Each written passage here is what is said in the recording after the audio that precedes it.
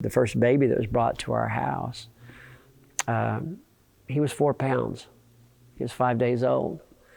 And he was screaming because his meth was so heavy that the doctor said he shouldn't even be alive.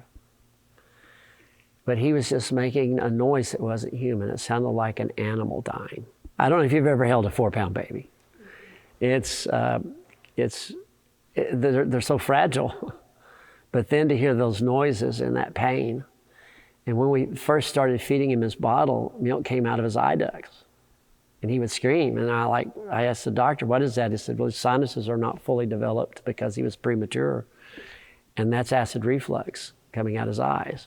If they grow through a system and just get moved around, and maybe someone doesn't love on them enough or help them enough to get them over some of this, how are they going to be healthy at 18?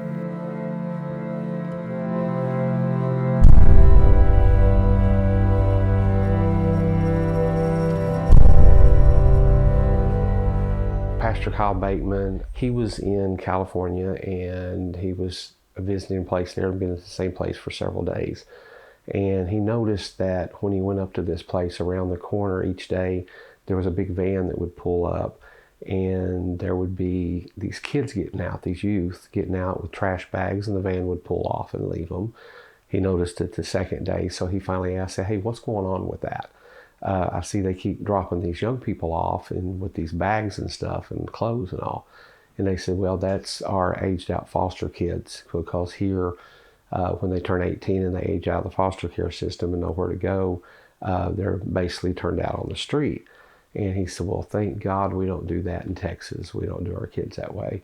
And then when he returned, he was talking to someone, and he said, we do have to do that here in the state of Texas. The same thing happens here, because here in Texas we have over 2,000 a year of 18-year-olds that age out of our foster care system with nowhere to go. A lot of these young people don't get a chance. You know, in our country, it's terrible to think that someone becoming 18, all of a sudden everybody says you're an adult now. Take care of yourself. That's just not possible. A lot of them wind up on the streets. There's over 66% of the guys that age out of the foster care system in the first year are either in prison, jail, or they die. With the girls, there's over 60% of the young ladies that in the first 6 months wound up pregnant. They come from some very serious situations of things that have happened to them, and they're hard to take care of. And so in those cases, they may not get adopted because no one really takes the time to deal with their trauma or deal with the rejection in their lives. I was 10 years old when she bring me to the United States. And it was just a bad situation that she couldn't support me, support my other sisters. It was kind of the same case what she was doing. So neighbors calling, the police, and how my mom was treating us bad. House not clean. My sisters, they were not going to school. So we all got in the system on CPS. I was the oldest one.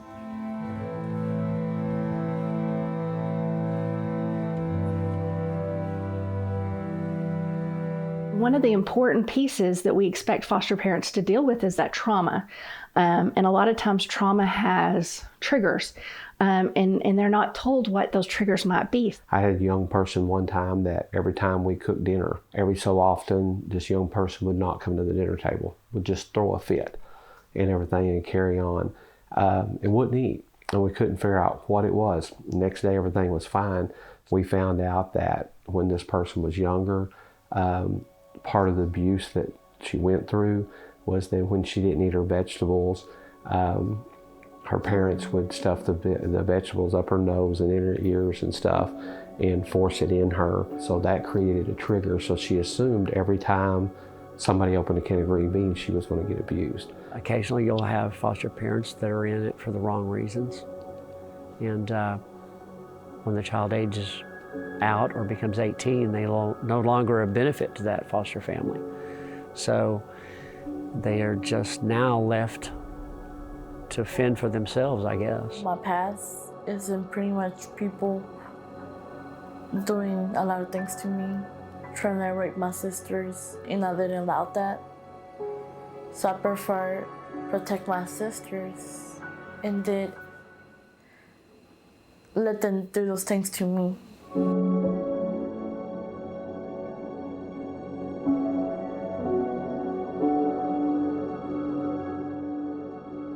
The more information that we can give foster parents about what's been going on with the child, the better they can help the child. But for a lot of reasons, between not wanting to label a child or HIPAA, a lot of that information isn't shared. So every time they end up with a new mental health provider, they're starting from scratch.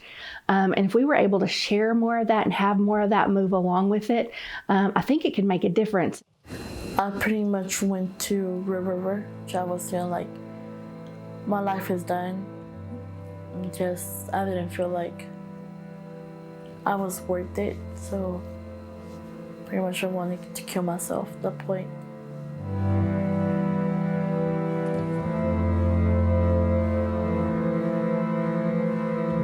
For every year of a child's life, it takes 1 month to build rapport. So for a 13-year-old, it may take 13 months to build enough rapport for them to really start feeling comfortable talking about the abuse. And, in general, it's hard to be a 13-year-old. It's hard to be a teenager. And having all of those things, it's very difficult. We all want and expect this mother and father to love us and to not understand why you're not with them and why they didn't do the things they were supposed to do. Reunification all throughout foster care, that's our primary goal. We would rather have a young person with their biological parents as long as they're safe instead of being in the foster care system. I think most of them wait and want to see is their parents, their biological parents. They want to figure out what happened, why they're there. Some want to make that bond, that connection back with their parents. It's so unfortunate. Sometimes it works out, sometimes it crushes their heart. But I think it's a closure that most of these young people have to know one way or another. I went to a group home, me and my sisters. They were giving my mom a chance to come and pick us up from the CPS office. We waited the whole night, and they called her multiple times. She said she was coming, picking us up. She didn't show up.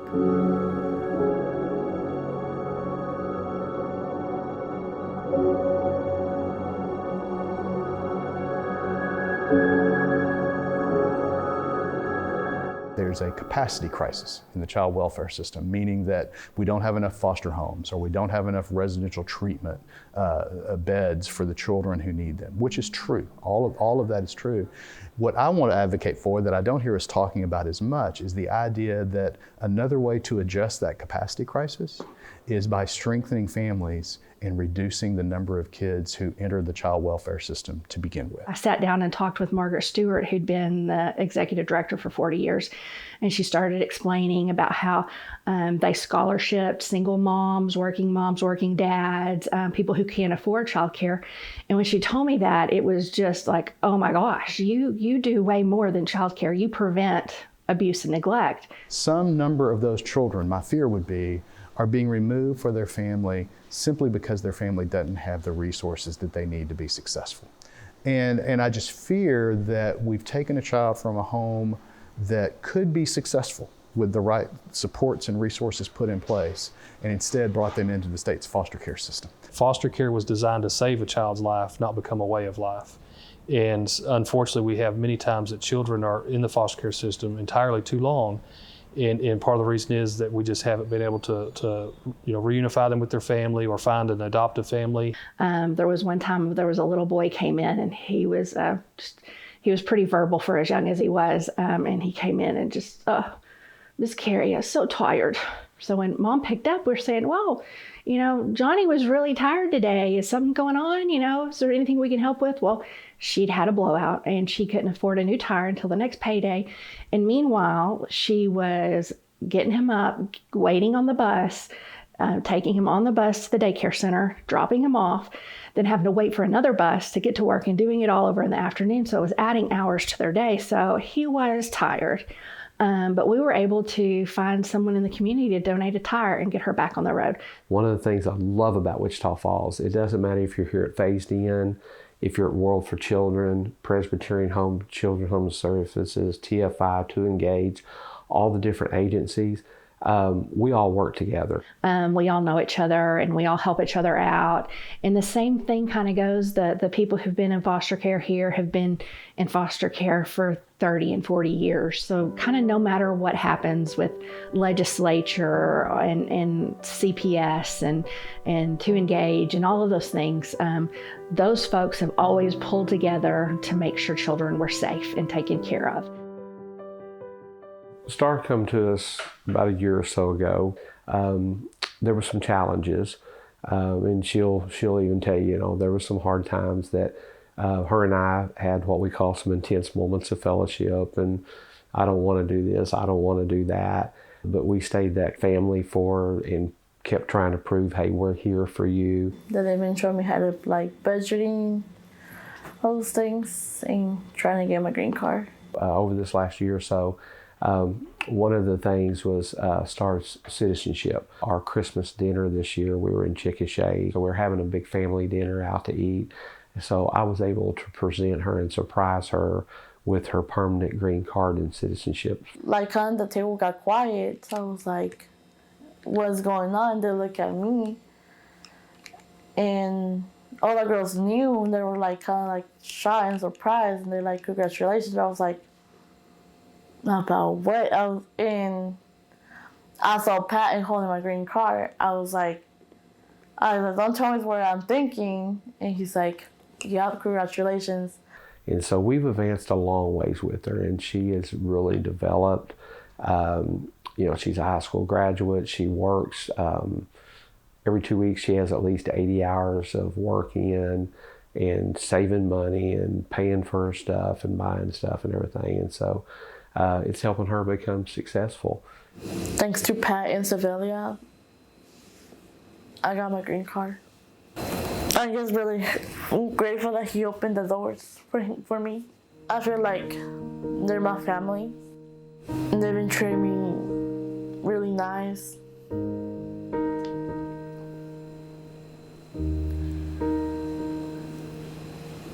So I'm just really grateful that I have a family with him, his wife, his 2 kids. These young people that we're working with are our future leaders. And these kids can be doctors, lawyers, presidents, whatever they want to be, as long as we give them the support as a community and let them know you can be what you want to be. I see myself being in college, studying, or having a family. I think about having 3 kids around the house and buying my family. Pretty much out to eat or cooking outside and having a pool outside, See them succeed. Seeing anybody succeed should make us happy. There'll be a whole lot more hurdles to jump than there are goals to score, because the needs are great, and we can help them.